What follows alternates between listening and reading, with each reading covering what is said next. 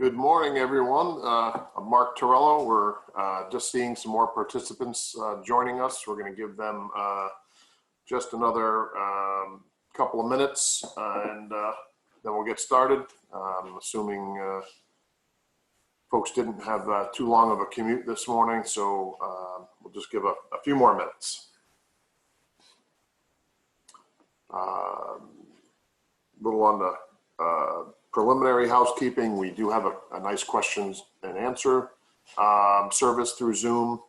If you look at your Zoom console, you'll see the Q&A icon, and there's some preloaded questions in there that folks were nice enough to send in advance, and we'll be addressing those questions. And if you have questions, please enter them, and we'll be sure to a lot of time at the end of the webinar to address your individual questions. So just another minute or so and we'll officially get started. I still see attendees joining us.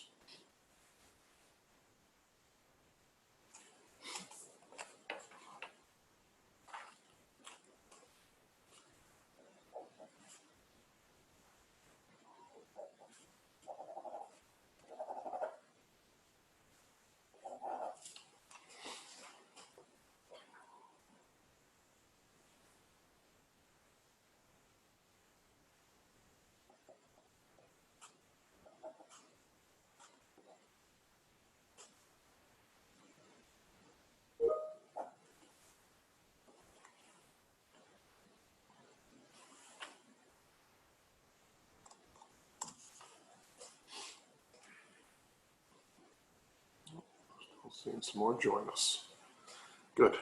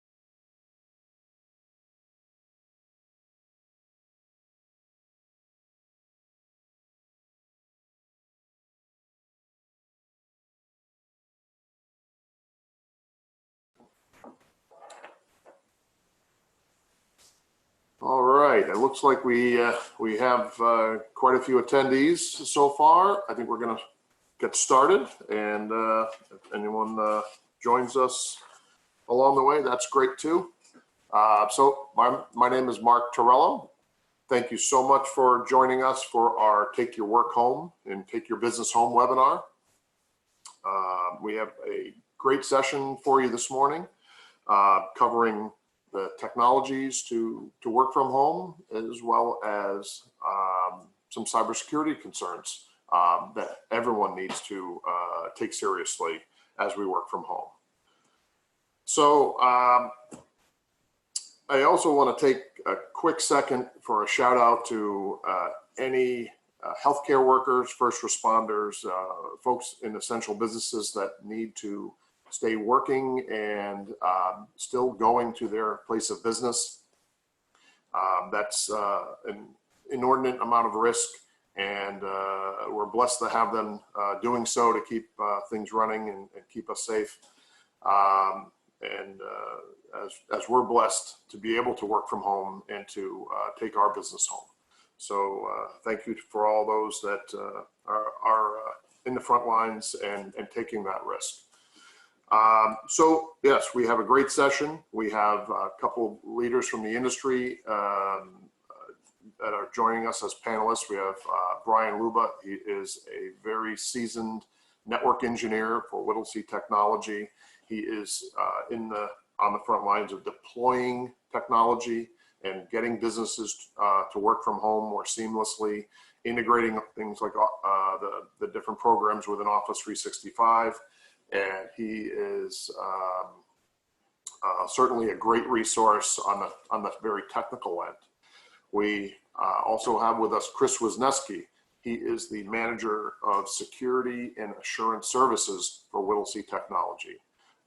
Chris is on the front lines of cybersecurity, and he is helping businesses and clients work from home more securely, and providing guidance to clients that do have incidents or breaches, and is a great resource for us all today to answer any questions on cybersecurity concerns working from home.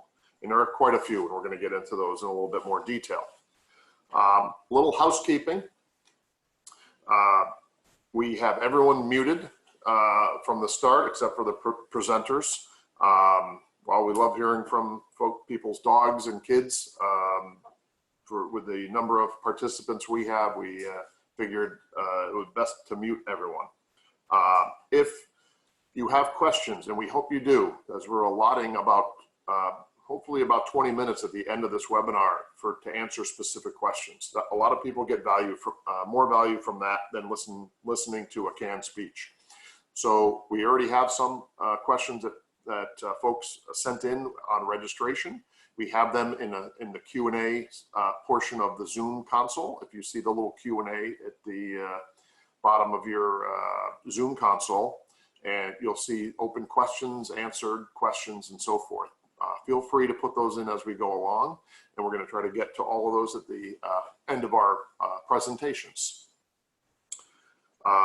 Also, at the very end, we're going to give you a resource list, and we're going to give you a website that you can visit to get this particular presentation, as well as some of the resources that we're providing during the presentation on working from home securely and safely, and different technologies and so forth. So we'll have that at the very end of the presentation to make sure everyone sticks around. So with that, taking your business home, I'm going to get right into the presentation, and thank you for joining us again. Let's see here. So the first thing we have to understand is working from home and remote is very different from working in the office in a lot of different ways, in a lot of ways. So understanding those differences is first step, right? Very, very important to understand it. Motivation, socio type of differences, like motivating your employees, holding your staff accountable, communicating with your staff and with coworkers. All these things are completely different and have been thrown on their head as we've quickly pushed our workers to work from home. Some of us have been scrambling to adjust and fold in our business processes that around this new way of doing business. So we're scrambling to make communication and meetings happen, to stay in touch with our staff, our customers, our clients, our businesses, and our associates. And we're all scrambling to wrap our heads around how to do that effectively and with new technologies. So I think my big guidance is to be patient, is realize that things are very different. We need to adapt. We're going to, and I think from the most part, I've seen a lot of patience in our clients and coworkers. But it's important to prepare. And so when we've moved out, and some businesses have completely transitioned to working from home, and some are still contemplating it and trying to make that happen. So it's very important to take stock of the things that we needed at the office, and then to test some processes before we just pack up and go home. So the preparation is important. But I think the biggest thing is that we realize we have to adapt to a whole new normal and to a whole new process. We have to be open to change, and we have to be patient. There are some benefits and positives that come out of this. We find that in some meetings, like this, where we may only have a few attendees, ending having double and triple. Sometimes that makes for a challenge, when everyone wants to talk or discuss, but other times it's an opportunity, and we're finding that if someone doesn't have to get up and sit in rush hour to go to a meeting, they may be more apt to go to that meeting if they just have to dial into it in their pajamas. So, so some interesting things have come out of this. So in preparation, there's all sorts of preparation checklists that can be found, and Microsoft has a nice remote work checklist type of thing that covers kind of all different areas. It talks about embracing online meetings and communicating more often, setting up your workspace, boundaries, having fun. And, you know, we certainly, in our group, try to have fun with it a little bit as well, and embrace the change. And I think that's part of what's made us successful in getting through this pandemic so far as a business. So I'm going to just go into a few things on the technical level, remote access technologies. And we have quite a broad spectrum audience today that we're happy to have. We have some business owners, we have some folks in the financial industry, we actually have some network administrators that have joined us. So my particular review here of remote access technologies is going to be a little on the broad side. But we're certainly willing to address specific technical questions as we at the very end. So the big thing with remote access is to pick the right tools. There's various tools out there for remote access. There's VPNs, and there's remote desktops, and there's third-party tools like LogMeIn, GoToMyPC, cloud access types of systems. We have to also be cognizant when we're picking our tools are we bringing our laptop home from work? Are we using our personal computer that our 7-year-olds are tapping on and playing games on? Do we need 2 screens? Do we have 3 screens at work and think that 1 screen's going to work at home? These are all big considerations in picking the right tools. There's sometimes no right answer, but if you're used to working on 2 screens at the office, you should probably try to duplicate that and use 2 screens at home. There's quite a bit of question and adaptation with the technologies and VPNs and remote desktops. We find that a lot of businesses, including some big governments that we're working with right now, thought because their remote desktop process system was working very well when people were, last year, had when there was a snowstorm and that worked. They had a lot of people working from home. They found that worked very well. But when they sent 2/3 of their workforce home and used that same remote desktop, it came to a screeching halt. So these types of things require planning. And unfortunately, this pandemic and this COVID came onto us so fast that many businesses just did not have enough time to bolster up those systems for a full work from home workforce. So again, that becomes a patience thing, it becomes a resource issue, and you really need some good experts in the industry to sometimes dive in and help get those systems bolstered up to work. So the biggest thing that we see in the change when we're using a VPN or a remote desktop or laptop from home or what have you is what's changed, right? One of the big things that's changed is not just the actual computer, but it's the risk level that's changed. So our risk has completely doubled or tripled for cyber attacks and cyber issues, okay?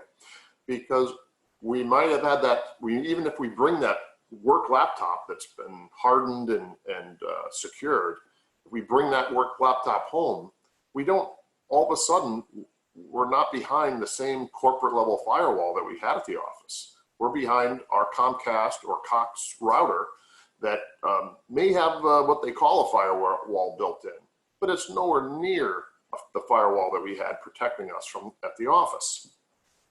So just in that one particular element introduces us to be more at risk than we ever were before. And the other area, there's several areas of risk that have increased. It's right now we have some bad guys that are completely taking advantage of this pandemic and of the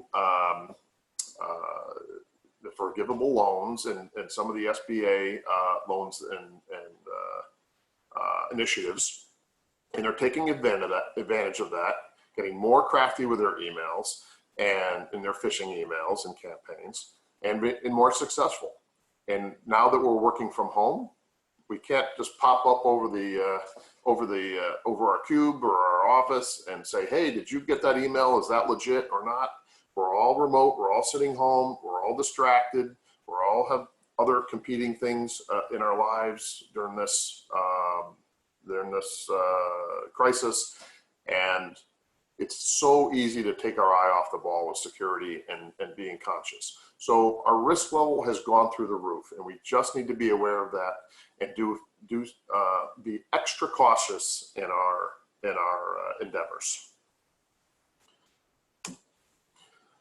So we all have to convert the way we did business before, sometimes quickly, even converting from like paperless systems to digital systems. That's a big change for some folks. Things from regular documents, obviously meetings, conducting meetings over the internet and making sure we have enough bandwidth and our microphones work and our video signals work and that kind of thing. But also business process. We have to make sure we can now send invoices out still electronically and make payments electronically and receive payments and process those things, not in the office. So we really have to make some quick strides in converting business processes to electronic digital processes. One of the big hurdles is converting and using cloud type systems, specifically like Office 365. That's one of the most popular cloud systems that incorporates everything from Teams for communication to cloud versions of Word, Excel, PowerPoint, and so forth. But this one of their bigger, more popular subsystems is called OneDrive and SharePoint. And that is fast becoming the way to share documents over within the cloud and within a company's structure, as opposed to the old way of using a server and a shared server drive, which some folks may not have access to at this point because they can't achieve that type of remote access to the office. So they're jumping on Office 365 and making this conversion. We're going to talk a little more in detail. Brian's going to talk about Office 365 in detail coming up next. So those are important things. But I think what's important is we have to realize it's different, and we're all going to be struggling with it, and we're all going to be trying to wrap our processes around these new technologies. And in some cases, it has to happen quick. So what we have to realize is a little strategy is really, really important, and take the time to strategize on how we save files and the structure of OneDrive and Teams and so forth, so that we don't have everyone individually, every employee in the office coming up with their own strategy and their own way of saving documents in OneDrive or Teams or SharePoint.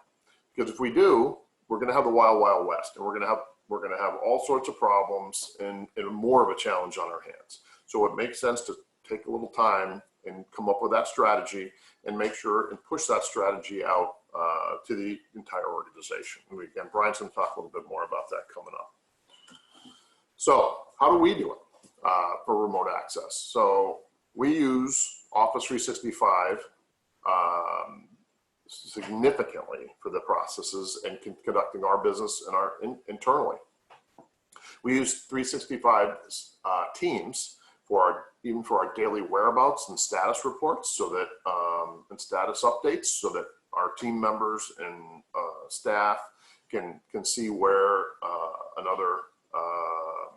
one of their coworkers is, if they're busy, what their plans are for the day.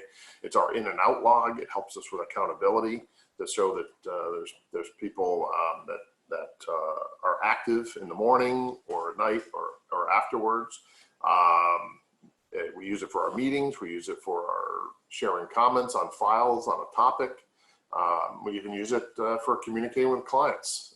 So Teams has been excellent for that purpose. So we'll get in a little bit more about Teams later. And I know there's some specific questions because there's thousands of people now trying to make Teams work for them. And it works great out of the box. But again, there's some strategy and structure there that if you don't pay attention to it, you'll have disorganization, just like you might on a shared S drive at the office. If you just let everybody come up with their own process of saving folders and files. Do they do it by date? Do you do it by topic? So I think everyone's probably experienced some of that frustration or disorganization at one point in their career. And the same thing can happen within Teams and OneDrive and SharePoint. So we want to just be cognizant of that. We use remote desktop, right, to simulate an exact work in the office technology for some staff. We use a SonicWall VPN, connect remote PCs to our shared drives at the office. And so we use Zoom for webinars that we're using today in meetings with external parties. That's be a very good platform and one that is fast, gaining fast user count, especially even over systems like Citrix. I'm sorry, Cisco's WebEx. So we have office phones that are voice over IP. We have them forwarding to cell phones and home phones and different technologies there.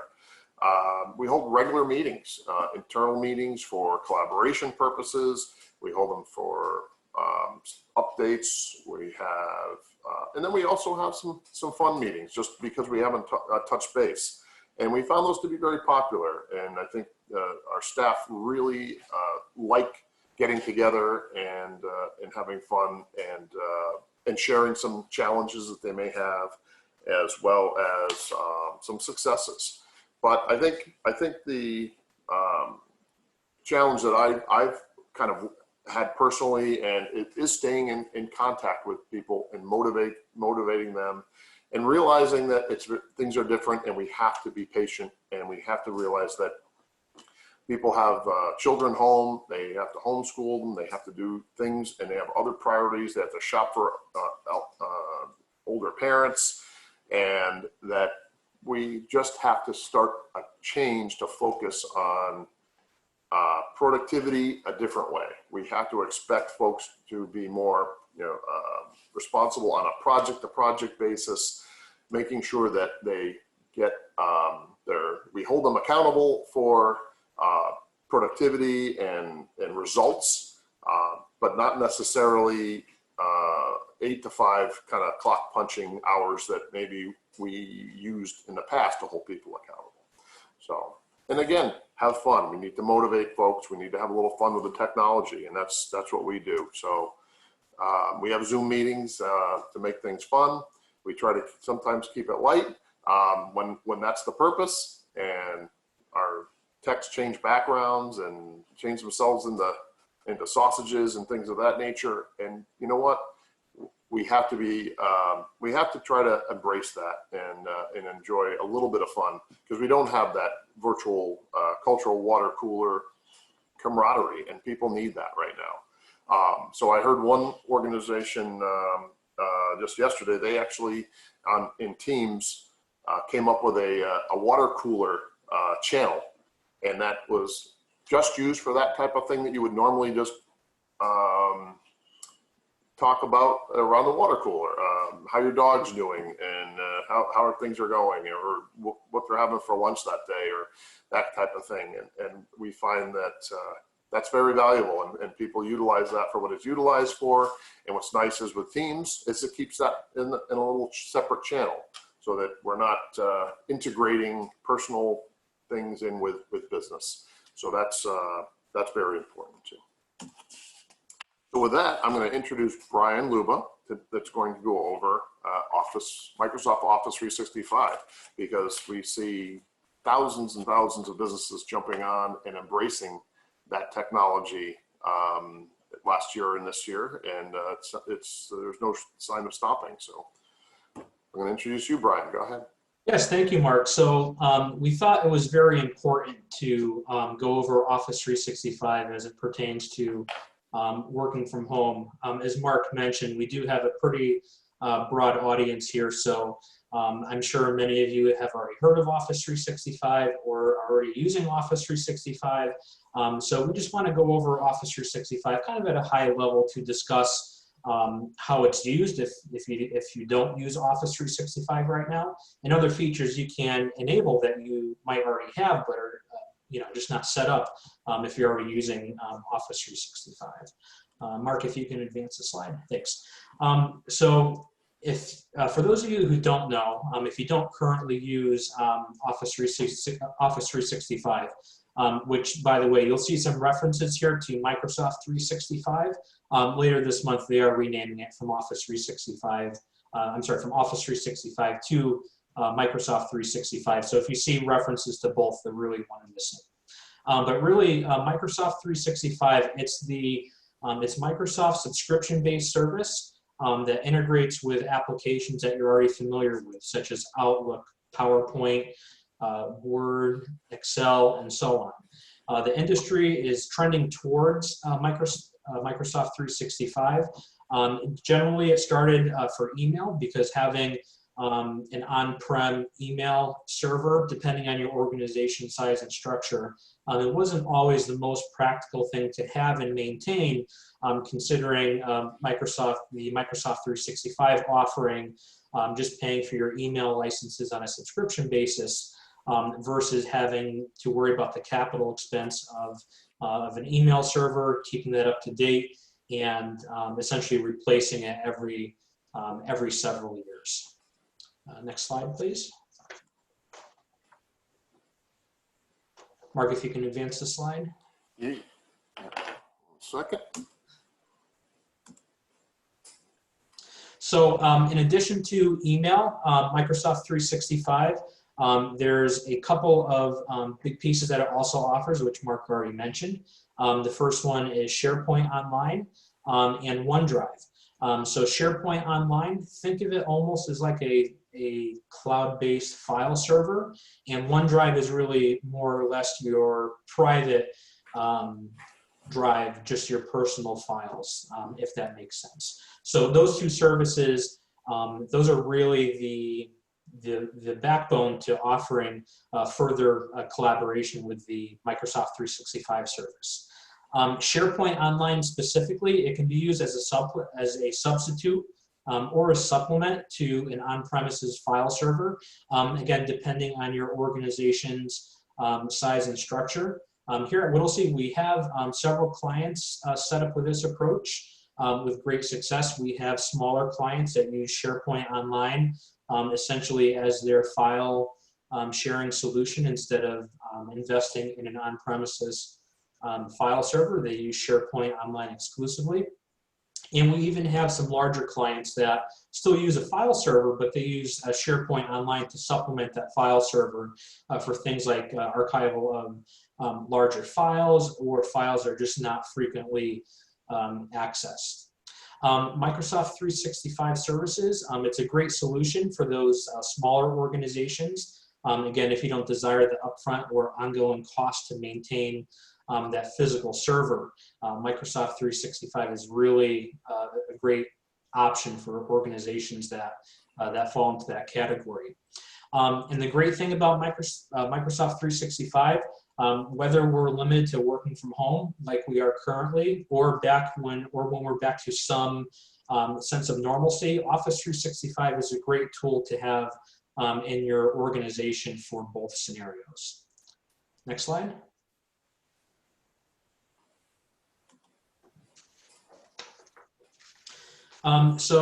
Microsoft 365, again, a lot of times it's initially deployed to replace an on-premises Microsoft Exchange server, which is Microsoft's email solution, or it's the go-to solution for newer organizations setting up a new email environment. Microsoft 365, it's not just email, as we've mentioned a couple of times. There's a lot of other pieces that come along with it. So if your organization is already using Microsoft 365, more likely than not, there's a lot of features that are there waiting to be used. They're part of your subscription. They essentially just need to be turned on and enabled. Again, you probably already have the licensing for it. They're just features that need to be configured. One big thing with Microsoft 365, if you're already using Microsoft 365, make sure those security features are completely implemented.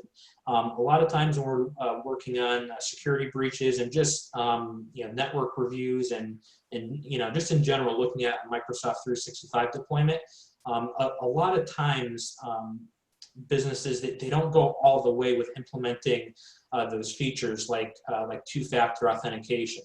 Those are all very important features to have enabled to protect your business from breaches and other security considerations. Next slide. If you don't have Office 365 yet, or you're looking to move to Office 365, there are several tools to make this happen for you. Whether you're a large organization looking to move your email over to Office 365, or you're a smaller organization with a smaller environment looking to move to Office 365. Of course, every scenario is different. Again, we do have a very broad audience today. So be sure to consult with your IT department or your IT support vendor to discuss these specifics, just to make sure that the correct plan is crafted for your organization. If you would like another opinion, or you're not sure, by all means reach out to Whittlesey. We'll be happy to help steer you in the right direction. One thing worth mentioning, considering this the COVID-19 situation, Microsoft is currently offering Microsoft 365 free for 6 months to new subscribers. So if your organization does not have Microsoft 365 yet, it's a great time to check it out, considering that extended trial that they're offering. Next slide. Again, for those of you that don't have Microsoft 365, or you already have Microsoft 365, there's several different levels of licensing depending on your business needs. So be sure to discuss this with your IT department or IT support vendor, just to make sure that the licensing that you select is not too little licensing, or it's not too much licensing, depending on your business's needs. And again, Whittlesey is happy to help you with this as well. Next slide. We have a handful of Microsoft 365 resources that will be available to you. Again, we have the statement there regarding the 6-month free trial. We have a link there to their business subscriptions, an overview of Microsoft Teams, some Teams training material, OneNote training material, and a couple of links there regarding security considerations with Office 365, as well as that remote work checklist earlier in the slideshow. Okay, next slide. One thing we want to jump into really quick is different video conferencing solutions. Considering the work from home scenario that many of us are in, it's another big thing that we wanted to touch upon today. So we have mentioned Microsoft Teams at several points throughout this presentation. We think it's absolutely awesome for internal use. It has great security already in place, so if you're concerned about HIPAA compliance and whatnot, it's already there for you. And the video conferencing is encrypted. But if you're doing something such as a webinar like this one, or a large external facing type of a conference call, something like a WebEx or a Zoom like we're using today would really be a better solution for those types of scenarios. Again, Microsoft Teams, it's really awesome for internal use. It has a lot of powerful collaboration tools for file sharing and things of that sort. Next. Okay, at this point, I'd like to introduce Chris Wisniewski. He's going to go through some security concerns with working remotely. Good morning, everybody. Certainly thank you for taking your time. I know we may have some time frames now that we're working from home. Things are a little different, new challenges, but I appreciate taking just to hear us out and listen to some good, security practices, good methods on how to put yourselves and still the business, even though you're working from home. I think that's a big challenge, right? We think now that we're in our house, we're home, things are a little more at ease. We kind of sometimes get lackadaisical. We might forget about the fact that we still have to protect the data that we have coming in and out in our normal daily work routine. So a couple of things I like to go through just to remind people and point out some things, as you can see on the slide. Even though we're working from home and you may still be using your work computer, or whether you're using a personal device, you really want to minimize who's on that PC. Say you're working on something, you get up from your desk, one of your children may come over and want to look something up online real quick. Understanding that every time you have somebody else working on your computer, they now have access to possible sensitive information, protected health information, PHI, or any kind of personally identifiable information. You may be working on files and not realize it. Now, a child or somebody is on there, or a spouse is clicking around and may expose them to data that they shouldn't be looking at. So you really want to minimize who accesses your computer, specifically when you're working, and ensure that you're the only one that has the eyes on that. Because I think that's part of what corporations, when you get into your employee handbook, is that you as the employee are handling any kind of client data or employee data. They're trusting that you're taking those secure measures. So that does extend to you working from home or working remotely, continuing to ensure that all that is protected along the line. And the next one may seem a little obvious, hey, I'm working from home, nobody else is around, but you never know. We have people coming in to, repair people working on your house, cleaning people, whoever it may be. I understand things are a little different in our quarantine status, but things still need to be done around the house. Maybe installers, maybe even your spouse or children. Maybe you're on a call, a video conference, and talking about some things that could be client related, could be sensitive, could be health related. Still need to remember that sensitive information that we need to be careful of, making sure we don't expose that to people that shouldn't be hearing it.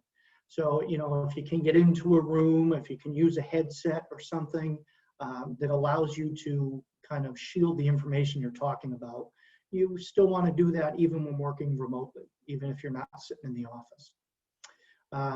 I'm sure that we've heard this. A lot of people do have this implemented, but the multi-factor authentication is just an absolute necessity today for businesses. Whenever you're accessing anything in the cloud, whenever you're accessing, your Office 365, really need to have an extra layer of authentication. That whole logging in with my ID and password, that's great. If that gets compromised, that's all a hacker needs, is just your ID and password.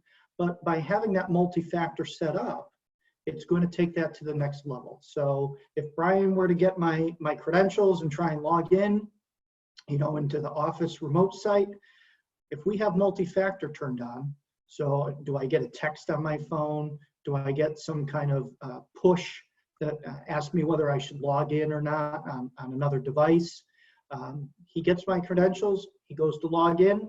All of a sudden on my phone, I get a log. It says, hey, are you trying to log in? No, it's going to stop the hacker from getting to that next level. And we see that becoming more and more invasive from hackers, but it's something that you need to remember to in your organizations that really needs to be enforced. That is critical. It stops 99% of all phishing attacks. It is really important you have that. And there's certainly different ways to implement multi-factor, whether it's just for email or whether it's for all of your cloud-based solutions. And certainly we can help you out with that or expand offline a little bit more if you have questions on that. One of the other things next is storing your files in a secure location. So it might be easy sometimes when you're working at home. Hey, I don't have a good VPN connection. I'm trying to RDP in, it's slow. Well, let me just take these files and download it locally onto my machine. That's might seem like a good idea, but again, at the end of the day, you are responsible for whatever data you're holding and using. So for some people that are using personal devices and connecting up through a VPN or RDP, is your hard drive at home necessarily encrypted? You know, you don't know if your machine or anything is compromised. So taking that data and you know, securing it, maybe even, hey, I need to just transfer it easily. Let me throw it up into this Dropbox account that I use personally. You want to avoid doing things like that, okay? Because at the end of the day, again, you're responsible for what you do with the data. You want to ensure that where you keep anything sensitive, confidential, things like that that fall under regulation, you follow the same process, that it stays on the network or it stays within your applications, and you're not, you know, putting it locally or throwing it onto a USB key to go somewhere to print it out. You want to avoid those type of practices. Your business certainly should have ways to ensure that you can continue to do your job, but do it securely. That way, you know, we're protecting that data. Kind of touch base on it a little bit about data security. You know, we hear these terms thrown around, PII, that personally identifiable information. Right? We talk about your credit card, your bank account, your social security, things like that. PHI, protected health information. So for those of you that work in behavioral health or anything along those lines, there's strict regulations on that and ensuring that that stuff isn't just flying around. You're not saving it locally. You're not putting it on that USB device. You're not just emailing it to your personal email just so you can get a hold of it. You know, we talk about HIPAA and forces that you use it encryption.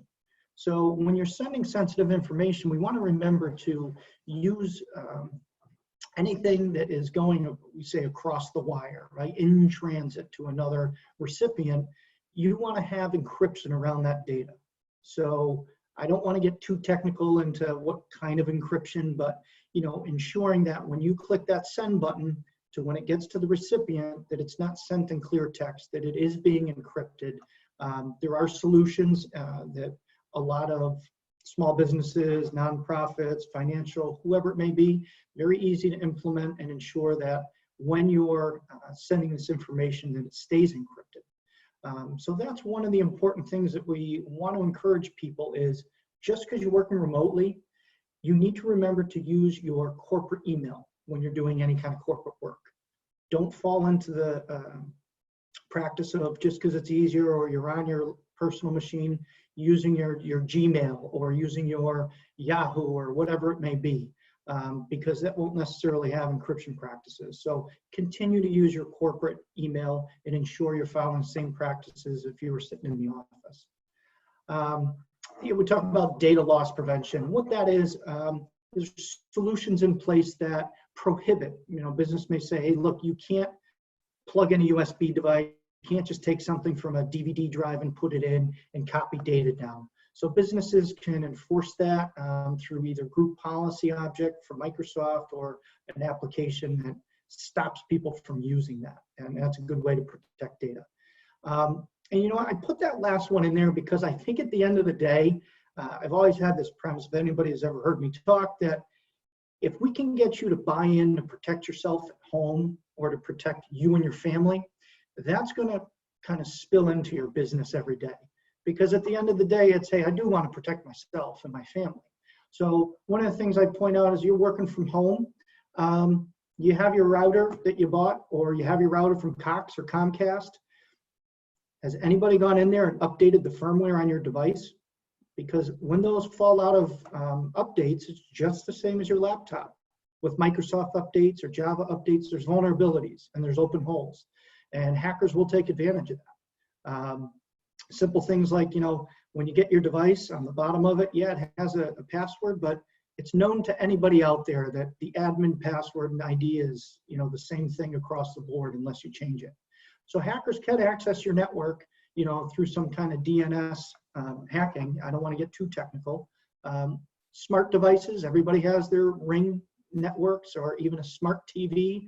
All those things are open and exposed to your network. So if they got on from the TV or from your, you know, thermostat that you tune up Wi-Fi, they can kind of work themselves back into the network. So ensuring that you lock down your local network is actually really important because it's going to protect you from exposing your laptop, company laptop that you now have connected up to your device. And we can certainly help you out if you're concerned about how do I know to lock down my device? How do I do this? We can come up with some solutions to easily help you guys out. Mark, if you want to go to the next slide. So I know this is kind of one of the big things, right? Is certainly working and keeping compliance. Okay. So one of the things we talk about is the company having a WISP, a written information security plan. Yes, it's an overall umbrella and incorporates things like a disaster recovery plan, a business continuity plan, things like that, so that you are able to address the situations we're in now. Oh my gosh, the office is closed down, but our servers are still available. So in our business continuity plan, we've outlined the scenario of, okay, here's how we're going to connect up. We're going to use the VPN. We're going to continue to do business as usual. We have certain ways of communicating with people. Now we're going to implement Zoom or Microsoft Teams because we can't visit. All of that should be part of your business continuity plan and written out. And what's important is you really want to do that prior to situations like this. It helps out. And doing things of disaster recovery test, making sure that we get those in place at least once a year so you can test this out and help identify maybe some holes or missing pieces of your procedures. We talked a little bit about protecting that sensitive data.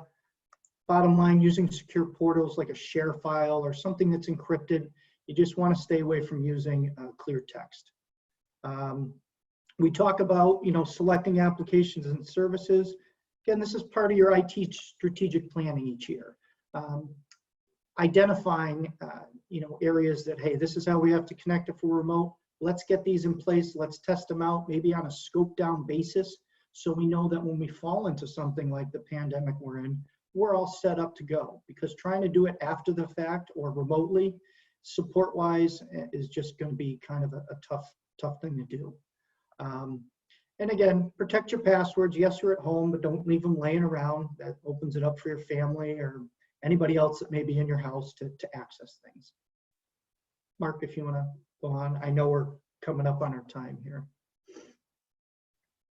And Mark talked a little bit about this. Communication is the biggest thing you can do, right?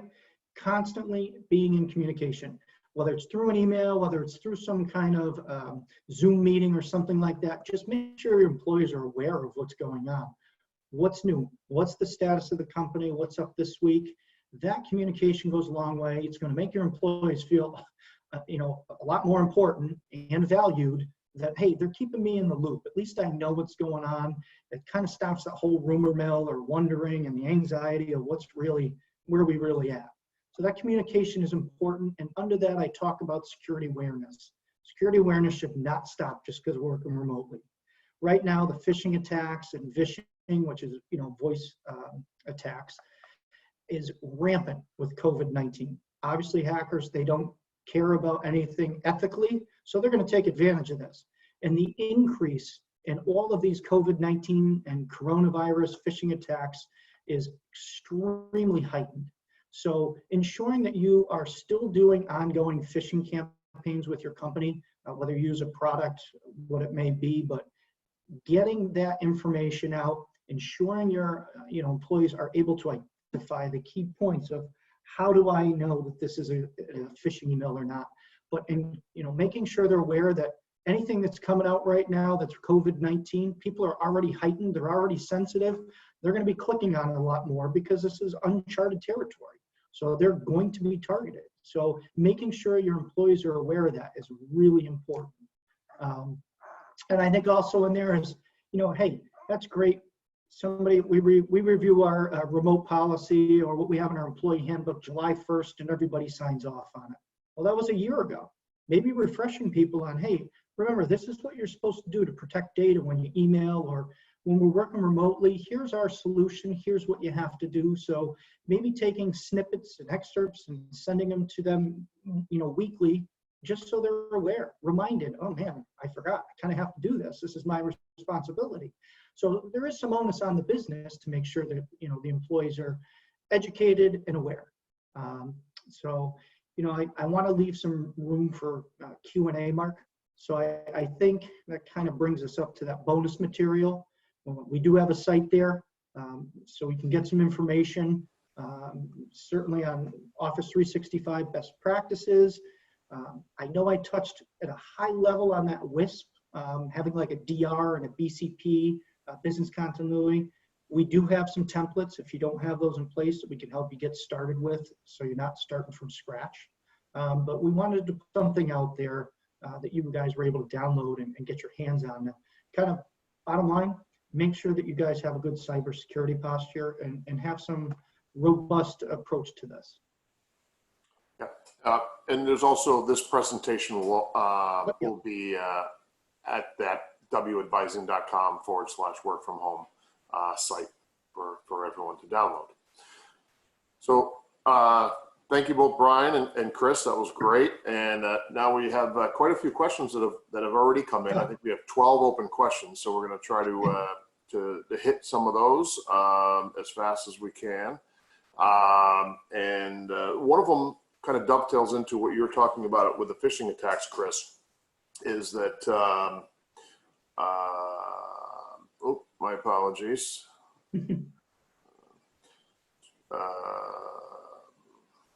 Yeah, so I think I One saw question from,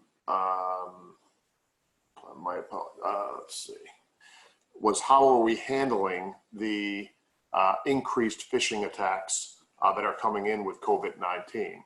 And I think you kind of answered that, Chris, with the cyber awareness training. We use a tool called KnowBe4 that we like, that not only gives cyber training to our staff, but also has a test phishing component to it, and that allows us to customize and design it for the times. So we actually phish our own employees, and this is the best practice in 2020, is to not only cyber train them to how to detect a bad email, a phishing attempt email that could actually breach your entire organization, but also test phish them. And that goes to effectiveness. So we know that they're actually learning, and if they still take the bait and click through these test phishing emails, then we give them additional training. And that really helps. So that's probably the answer to that question. And then we have another one from Michael Margiotta that says, what are the legal requirements for safekeeping financial and other confidential data info at a remote work location? Chris, do you want to take that, or? Yeah. So again, that kind of goes with, it really shouldn't change too much of understanding that data, yes, kept at your workplace or you're there, but it should be the same as you continually work, whether you're remote, whether you're at clients, whether you're at the airport, whether you're not on site. You do have regulatory and legal, requirements that you are absolutely protecting that data at all times.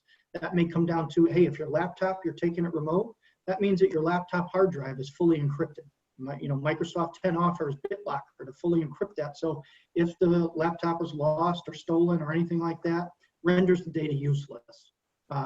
You do have requirements of, again, you don't want to be taking PHI information, that protected health information, and downloading it locally onto your desktop. And now you're out on a public Wi-Fi at Starbucks, and now all this information is kept on your laptop or device that you're working on.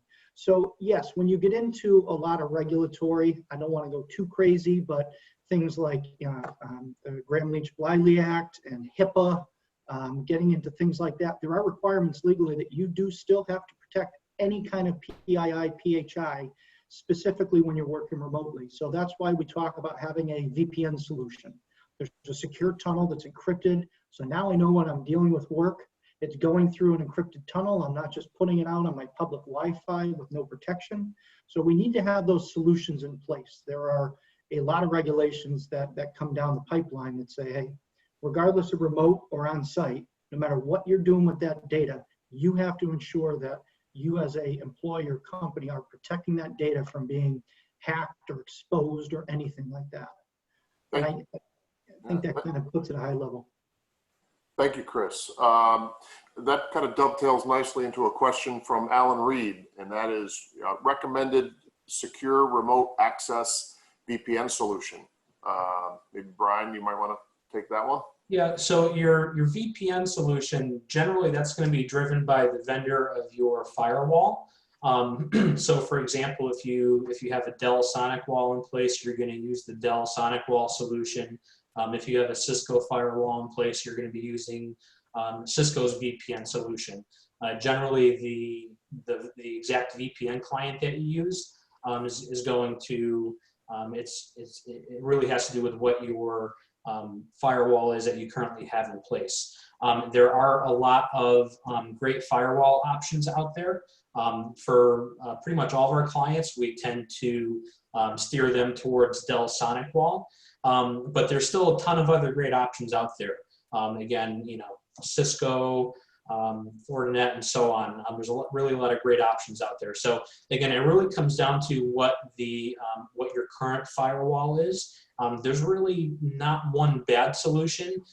Really what it comes down to is making sure that it's configured securely. You know, your firewall has a hardware warranty on it, and there's some sort of a security service subscription associated with your firewall. Excellent. Thank you very much, Brian. We have one from Mark. Mark. Go ahead. I'm sorry, I didn't mean to interrupt. I know there's one up there that I think is important that I've been staring at from Alan Reed about the offsite local printing, if that should be allowed or not. Can I take that real quick? Go ahead. So that's actually a really important one. And in my opinion, I would recommend not doing it because again, you are required to protect that. When you walk into a place like that, you take your USB key and you plug it into the printer, you give that company the data, you've now taken that data and handed it over. Because inside of these multifunction devices and printers and copiers, they have a hard drive. You have no idea if that company specifically has that turned off or disabled, or when they take that device and retire it, is the manufacturer actually taking that and wiping that to DoD standards? Because every time you're copying and sending things in, that hard drive is holding on to that data. So you may go in with the USB, copy it, and leave and think, oh, I brought everything with me. You don't know what's happening to that hard drive once it leaves. So I would recommend that you shy away from doing any kind of confidential printing like that at a public place because you don't know their practices. Are there ways around that? If you can get to your office place, or if there's somebody that has one at home or something, knowing at least where the data is once you print it and ensuring it gets erased, that's an important factor. So I would certainly say shy away from that. That's probably not a good practice to try and do that in a public location. Thank you. We have Howard Burtis asked a question on what are your thoughts on CTROM or Right Networks? Anyone want to take that? So I will say up front, I'm not fully, involved with either of those. I know both the companies. I know CTROM's been around for quite some time. I want to say almost 20 years, but and specifically targeting CPAs. I know they're HIPAA certified, and then Right Networks is very large. Off the top of my head, I will say that I don't have a lot of exposure to them. I will look into it a little more. I will definitely follow up with that. I don't know if Brian has any insight. Like you said, Chris, I've also heard of both of them. I guess it really comes down to what you're looking for out of them. It seems like they offer several different hosted solutions, whether it's something more geared towards a CPA firm or something more generic, such as email hosting. So again, it really depends what you're looking for, if you're looking for a specific application or a specific functionality. And again, we'll be happy to discuss that with you a little bit further and do a little bit more research, depending what you're looking for out of it. Thank you. We have another question from Mark Koulos. What is the best platform to conduct public meetings and allow public comment without the public taking over the meeting? So I think as much as we love Microsoft Teams for internal use, something like Zoom that we're using today, Again, I believe WebEx is also a player out there. And then GoToMeeting offers something called GoToWebinar that's really geared more towards something like this. They're all great companies, all great solutions, but it really comes down to making sure that you configure your meetings the proper way. Each program handles it a little bit differently. For example, you can set it up so participants, when they come in, they're muted, their webcams are disabled, and so on. So regardless of which solution you pick, just make sure that those types of settings are locked down based on the nature of the presentation that you're giving. Thank you. So my next question came in from John Festo, and that is, I think this is a good one, because I think we all struggle with this, is how do you keep all employees' remote connections working? Steps to mitigate all the bandwidth being used at their home circuits, videos, movies, Alexa, Google, etc.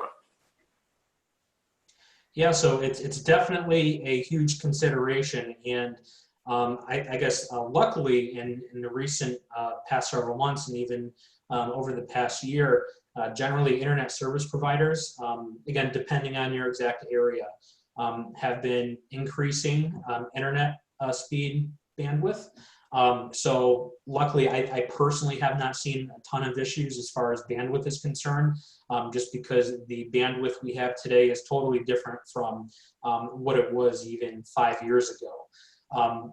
Just a couple of things you can try when you're working from home. I always like to have my work device hardwired in instead of going over Wi-Fi. It's just a lot more, it's a much more stable connection for something like this, where the audio and video bandwidth is important. And it also, you don't have to worry about the number of devices that might be bogging down your wireless when you're hardwired. So as long as you have a good tier of internet speed based on the number of individuals in a specific household, and whenever possible, if you can hardwire in your work device to the router, that's always preferred, and it's almost always a much better experience. Thank you. So next question is from Michelle DiMartino. It says, when I try to send a secure email in Microsoft 365, it states that I need to install S-MIME. Does this just need to be turned on? Oh, on a technical one. Yeah, it really, without seeing exactly how your email environment is configured, it's sort of hard to say. It really depends if you're using a Microsoft solution or if you're using a third-party solution. It could be referring to a plugin or something like that that might be disabled or needs to be reinstalled or something like that. So best bet would be reach out to your IT department or your IT support vendor to look at that on an individual basis. Again, it's kind of hard to say without being in your actual email environment. Yeah, and we'd also be happy to get back to you as well on that later on with specifics, if and help you out further with that. That is that was Michelle, certainly. Yeah. All right, we're starting to fade on time, but I think with everyone's permission, we'll keep going on some of these questions that we see coming in. If that's Sure. that works for everyone. It works for me. Sure. So we have from Randy Paz, we have RDC, which is remote desktop connection, versus VPN extended network. In other words, remote PC connected directly to the work network. So this is a real technical question, and there's pros and cons to doing things both ways. But maybe we just weigh in on that a little bit, folks, and from Brian or Chris. Sure. So again, like a lot of these questions, it really comes down to how your individual environment is set up. Speaking to the remote desktop piece specifically, unless you have a public-facing terminal server environment, generally you'll always need a VPN connection in addition to that remote desktop connection, because if your remote if the device you're trying to access remotely, if it's not publicly facing the internet, you'll need that VPN tunnel between the network you're on and the network that device resides on in order to connect remotely into that device. If you're just using VPN, that type of a scenario, you would typically have a corporate managed laptop, for example, and the user of that device would connect to the VPN. So essentially, that device will behave almost exactly as it does when it's in the office. Only difference might be a little bit of latency here and there as you're interacting with files. Like Mark said, there are pros and cons to both ways.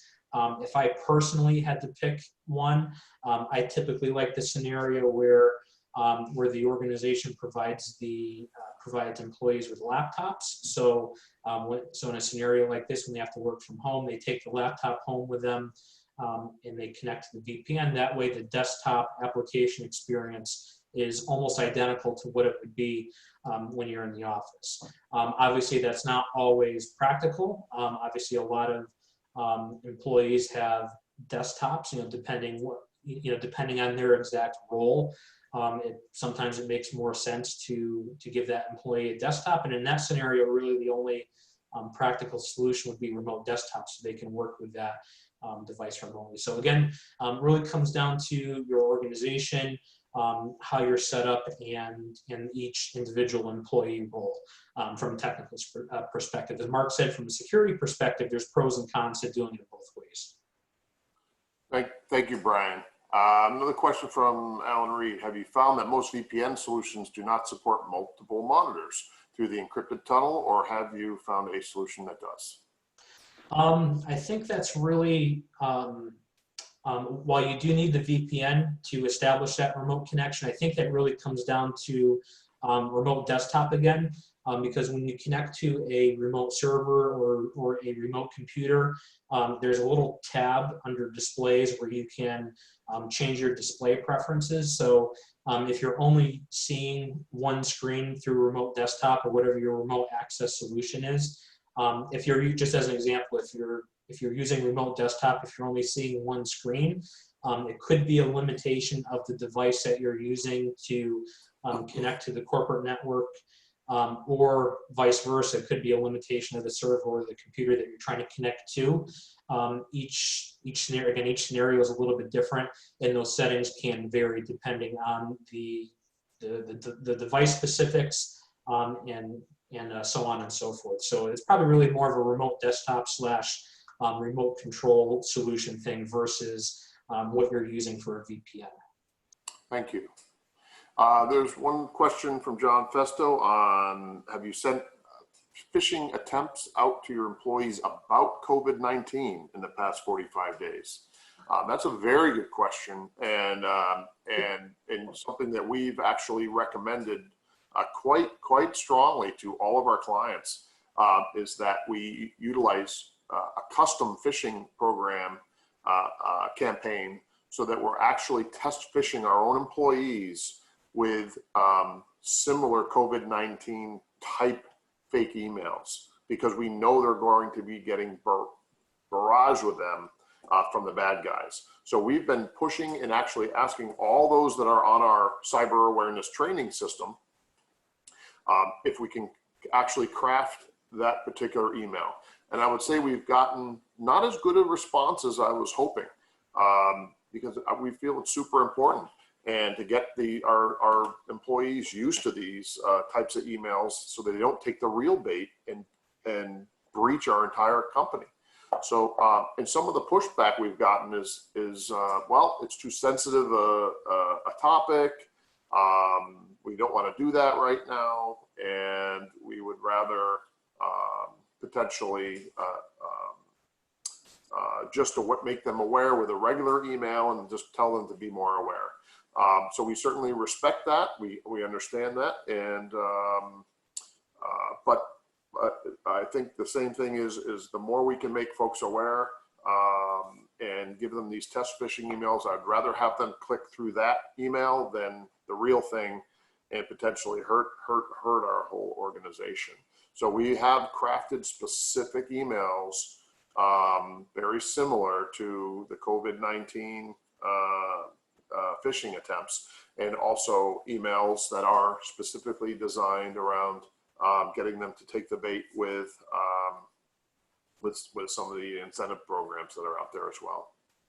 Sure. And Mark, just one thing from a technical perspective that I'm kind of starting to do from my clients and others might want to start considering. There's a way in Office 365, and if you're not using Office 365 generally, you can achieve it. There is a way to apply like a warning to inbound emails that come in from the outside, just to make your employees kind of think twice about an email. Should it be a phishing email? Just makes them think twice about it. So that's also something that can be implemented from a technical perspective, relatively easy, that again would make staff think twice about clicking on or responding to what could potentially be a phishing email. Yeah, thank you. One from Tom Davis about what we think about Microsoft Teams as a chat and video call platform. Anyone want to take that? Yeah, so I personally, I think it's a wonderful tool to use. I mean, even before its current iteration, when it was Skype for Business, and even before that, Microsoft Lync, if you already have Office 365 or you're already heavily using the Microsoft Office applications, you know, Excel, Word, PowerPoint, Outlook, that whole suite, it just integrates very nicely with that. And Teams, it takes the collaboration to a whole new level that Skype for Business and Lync didn't really offer previously. So we think it's wonderful for internal collaboration, but again, for scenarios like external facing webinars such as this one, it's not always Microsoft Teams. It's probably not the best solution for something like that. It may be one day. Microsoft is always adding new features to all of its product line. So, you know, again, for something external facing, you might want to consider a different solution, unless it's a very limited and very basic video conference call. And Mark, if you don't mind, I'm just going to kind of segue into another question here, somewhat related. It says, can't you build Zoom as an app into the Teams platform? Is that advised, or should we use Zoom separately for meetings with external contacts? I'll have to look into that a little bit more. I do know with Microsoft Teams, you can integrate third-party apps. Off the top of my head, I'm not specifically sure if Zoom is one of them. It may very well be. There is, yeah. It is? Perfect. Yeah, so again, you know, we really like Teams for internal collaboration, and then for external facing meetings and webinars such as this, something like Zoom is probably a better product to use currently. But if we can get it integrated with Microsoft Teams, again, based on everyone's individual use scenario, then all the better. And just one thing, just to add on to that. Yes, there is a Teams integration into Zoom. That's a whole probably topic in itself. But I think just to bolster kind of what Brian said, Teams internally is the better way to go. You can certainly use Zoom for external, but just, you know, be cautious of the free versions. You only get like 40 minutes if you're doing that. If you're using the Zoom, I would just advise create a different ID each time, because God forbid somebody got your personal ID, they can hop onto the meetings. But one thing I want to say about Zoom, I know there's a lot of concern. You've heard a lot of stuff in the media, but since basically April 2nd, they've addressed the information of your information being pushed up to Facebook. They patched that. That's no longer available. The UNC path that allows for exposure of your credentials, that's also been patched. Once you get into things like Zoom bombing and people getting access to that, these have all been patched since. I mean, it's kind of understood. It's an application that grew 400% in 3 months. They had no idea they would have to do this. So everybody kind of exposed all of their vulnerabilities, but they've jumped on it and since patched it. And you'll find that Zoom is a lot more secure now. And they do use end-to-end encryption for their meetings also. Thank you, Chris. So at this point, I think we've pretty much answered most of the questions, not all of them. I think I still see a few that are quite in detail that might take a lengthy answer.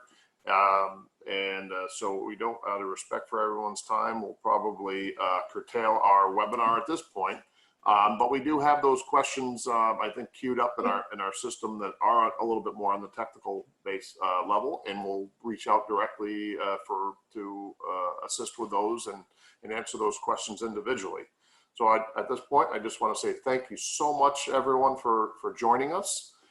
We appreciate your time, and we're here to help. If you need help, you have our contact information. I'll put that URL on the screen one last time for those that would like the bonus material that's for participants only, including this presentation. So thank you again. Please be safe. Follow the guidelines that our state has offered and put out there for keeping ourselves safe. And I wish you all a healthy rest of the month. Thank you so much. Thank you, guys. Take care. Thank you.